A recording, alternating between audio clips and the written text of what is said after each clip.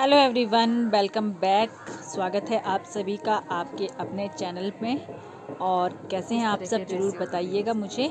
और ये देखिए ना, एक जड़ी बूटी मैं आज लेकर आई थी एक्चुअली फ्रेंड्स। ये है एक ऐसी जड़ी बूटी जिसको अगर हम कंटिन्यू आंखों में लगाए ना, आप सोच रहे होंगे कि मैं क्या कर रही हूँ। तो एक्चुअली ये एक ऐसी जड़ी बूटी है, देखिए ना, इसको बोलते हैं कपूर मंजरी। क्या बोलते हैं इसको कपूर मंजरी बोलते हैं। और इसमें ये देखिए ना, रोए में बिल्कुल ऐसे पानी पानी सा आपको दिखाई देगा। ये जो है ये आंखों में लगाया जाता है। अगर आपकी आंखों की नज़र कमज़ोर है या आपको एलर्जी होती है तो उस सब चीज़ों के लिए ना इसको हम लोग लगाते हैं। और बस मेरी भी आंखों में काफ़ी जलन जैसी हो रही थी ना, तो उसके लिए लगाती हूँ। बट जब भी हम लगाते हैं ना, बड़ी सावधानी से लगाना पड़ता है, बड़ा ध्यान रखना पड़ता है, क्योंकि काफ़ी तेज़ जलन होती है इसकी आंखों में। तो इस तरह से लेने के बाद जो है हम इस तरह से आंखों में लगाते हैं।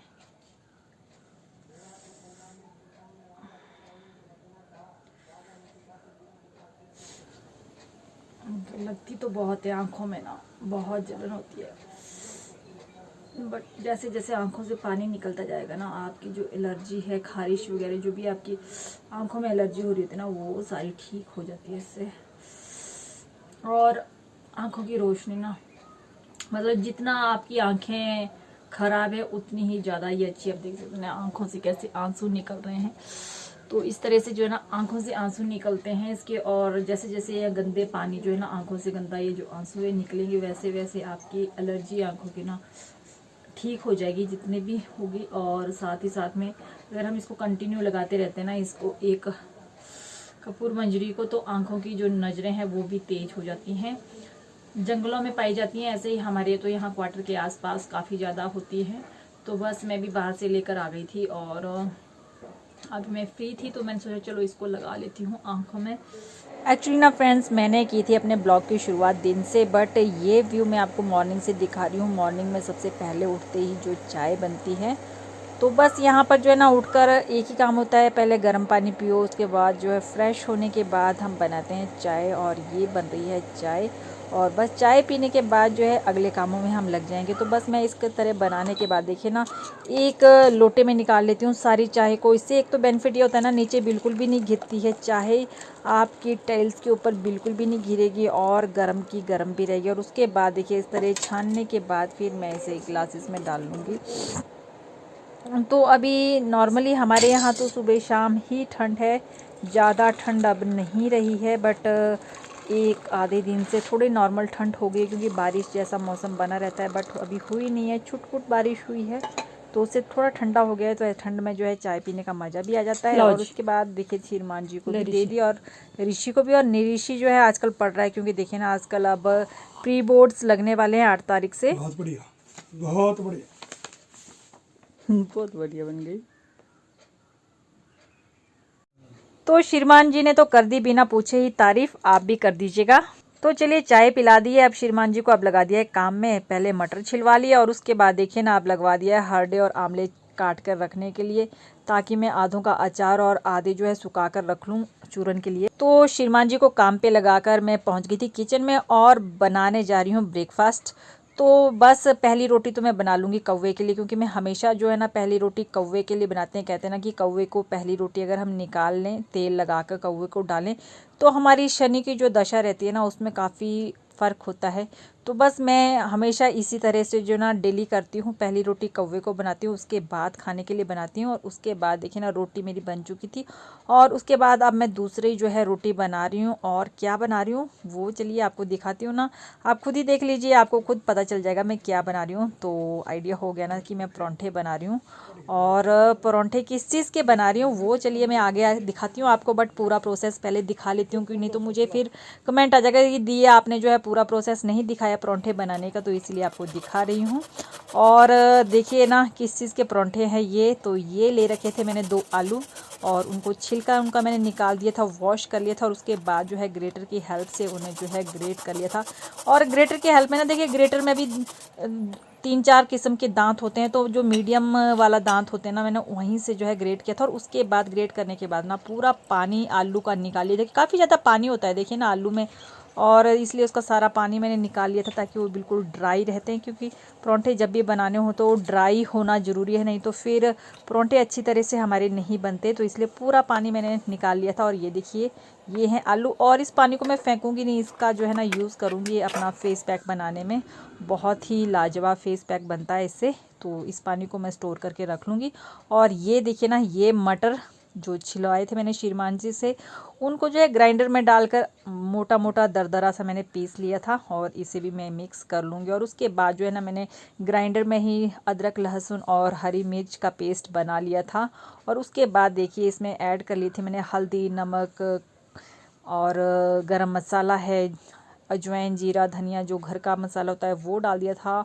और उसके बाद थोड़ा सा मेथी दाना और साबुत अजवाइन, तो बिल्कुल उसके बिना तो परांठे टेस्टी ही नहीं लगते। तो बस इन सारी चीज़ों को मैंने इसमें ऐड करने के बाद थोड़ा सा नॉर्मल साइज़ में तेल भी डाल लिया था, और उसके बाद जो है ना, इनको सभी चीज़ों को अच्छी तरह से मिक्स कर लिया था। तो इस तरह से तो मैंने अपना डो बना लिया था परांठों के लिए, और बहुत ही टेस्टी बनते हैं आलू और मटर के, ट्राई करके देखिएगा। तो हरा धनिया मेरे पास था नहीं, इसलिए मैंने हरा धनिया नहीं डाला, नहीं तो और भी ज़्यादा टेस्टी जो है मेरे परांठे बनते। तो आप ज़रूर ट्राई कीजिएगा, और फिर मुझे ज़रूर बताइएगा कि आपके परांठे किस तरह के बने थे।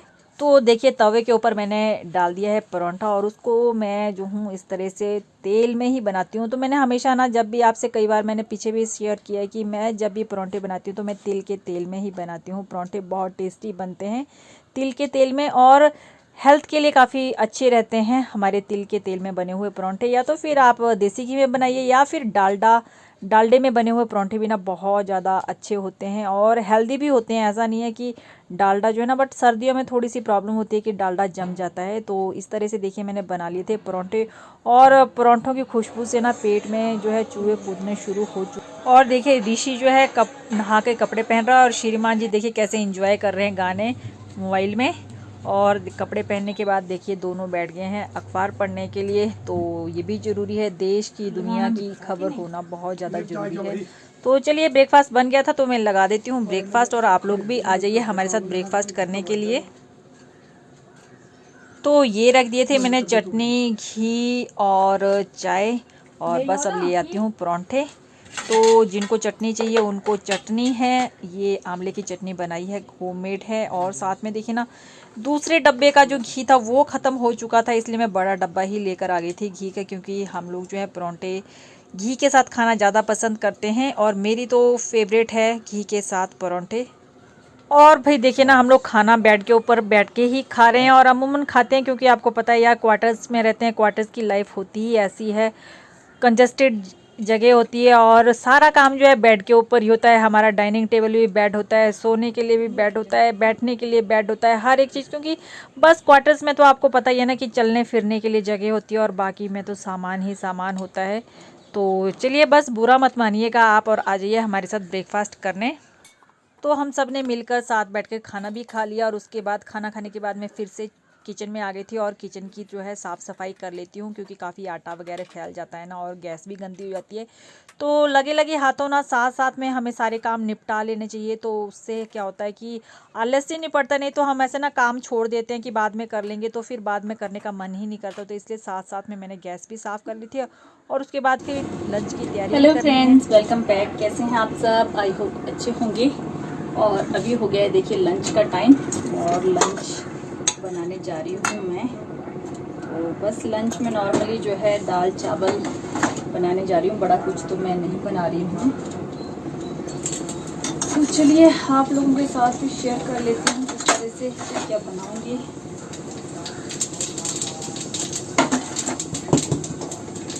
तो जो मेरी आज सब्जी है ना, बिना प्याज टमाटर वाली दाल बनाने वाली हूँ, क्योंकि आज टमाटर भी ख़त्म हो गए हैं, और साथ ही साथ में प्याज तो है, पर प्याज डालने के लिए मना किया है, देखने कि नहीं डालना है। तो बस सिंपल सी जो है मैं दाल बनाने जा रही हूँ। और दाल जो है ना, देखिए मैं बताती हूँ आपको किस चीज़ की बनाने वाली हूँ। ये देखिए दाल है मिक्स, तो इसमें है, इसमें उड़द की दाल है, सोयाबीन है, राजमा है, काले चने। तो ये जो है मेरी दाल बनने वाली है।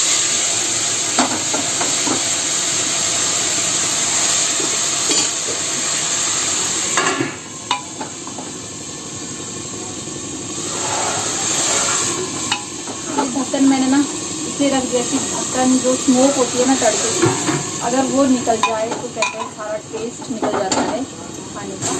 तो इसलिए जो ना मैंने स्मोकी खाना बनाने के लिए बस इस तरह से जो है तड़का लगाते वक्त ढक्कन लगा दिया था।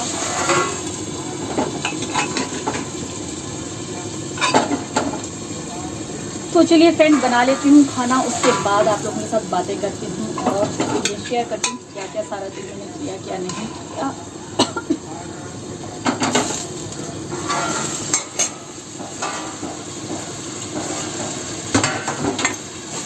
चलिए आपको ना बैक कैमरा से दिखाती हूँ किस तरह की बन रही है मेरी दाल।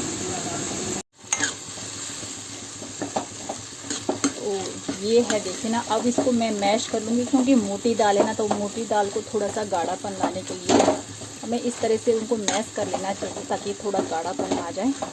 तो पहले तो मैं इसी तरह से इनको रोस्ट करती हूँ तड़के में दाल को, और उसके बाद लगाऊंगी इसमें पानी क्योंकि मैं बनाने वाली हूँ चावलों के साथ। और बहुत ही टेस्टी और सेहत से भरपूर होती है, बहुत सारे पोषक तत्व जो है इसमें पाए जाते हैं क्योंकि मिक्स, कहते हैं ना, मिक्स चीज़ कोई भी हम खाएं तो ज़्यादा हमें प्रोटीन मिलती है।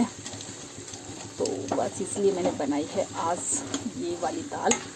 कोई बात नहीं, सो जहाँ सब बीजो भाई तू ना होया नहीं, तेरे पापा भी नहीं हो रहा आज था, मम्मी भी नहीं मार देगा।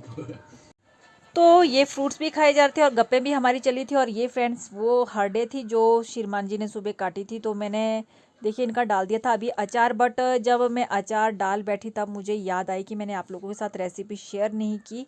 तो चलिए मैं आपको ऐसे ही बताती हूँ कि मैंने किस तरह से जो है ना ये अचार डाला था। तो पहले तो मैंने हरडों को सुखाया सारे दिन धूप में, और उसके बाद देखिए ना शाम को सबसे पहले जो तेल होता है ना, सरसों का तेल इसमें 250 ग्राम से थोड़ा ज़्यादा ही समझिए, मतलब जितनी आपके पास क्वांटिटी ना उसके अकॉर्डिंग आपने लेना होता है, तो उतना मैंने इसमें ले लिया। और गर्म करने के बाद सबसे पहले मैंने इसमें साबुत जीरा और मीठी सौंफ, अजवाइन और साथ में मिर्च पाउडर और हल्दी, नमक, हींग, मेथी पाउडर, ये सारी चीज़ें जो है ना इसमें अच्छी तरह से मैंने पहले पका ली। और उसके बाद ना फ्रेंड्स मैंने इसमें ऐड किया था गलगल का रस, ताकि जो है खट्टापन इसमें आ जाए। तो उसको भी मैंने अच्छी तरह से पहले पका लिया था, इसमें काफ़ी देर तक जो है उसको पका लिया मैंने।